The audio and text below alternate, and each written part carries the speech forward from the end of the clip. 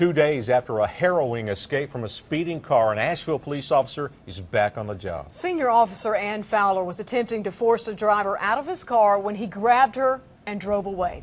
News 13's Cheryl Barber spoke to her today and joins us live from the scene of where all this happened. Yeah, Cheryl, she was hanging on for dear life. It happened right here on I-240 westbound. She managed to hold on and then jump free of the car near the Charlotte Street exit. When I went to reach in, the gentleman was able to grab my hand. Senior Officer Ann Fowler describes the moment when a man suspected of driving drunk was stopped on I-240 early Saturday morning. He refused to get out of his car. I reached in to grab his hand. And when Today, using her patrol cruiser, she shows us how 31-year-old Celso Avila-Aguilar grabbed her and sped away with the driver's door open. He had me pinned up against the steering wheel. So I heard the engine rev and I knew I was getting ready to go forward.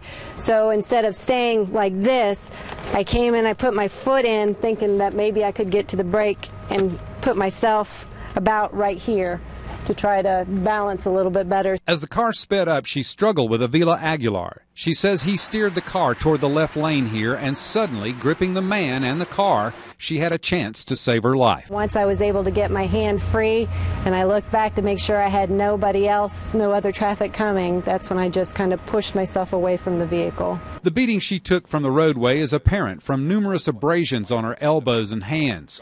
With the presence of mind it takes to check before you leap, she landed on her back. I knew that if I fell onto my back that I had a wider, broad area that would actually slide more than tumble down the interstate once I left the car. Police say Avila-Aguilar smashed into another officer's car and was arrested near Haywood Road. He faces 8 charges, including assault, kidnapping, and DWI.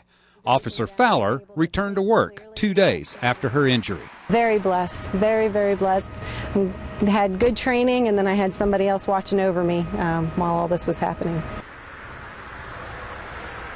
Now, Officer Fowler teaches classes for officers as part of her job on the DWI task force. She says she'll share her experience to show the hazards of dealing with drunk drivers.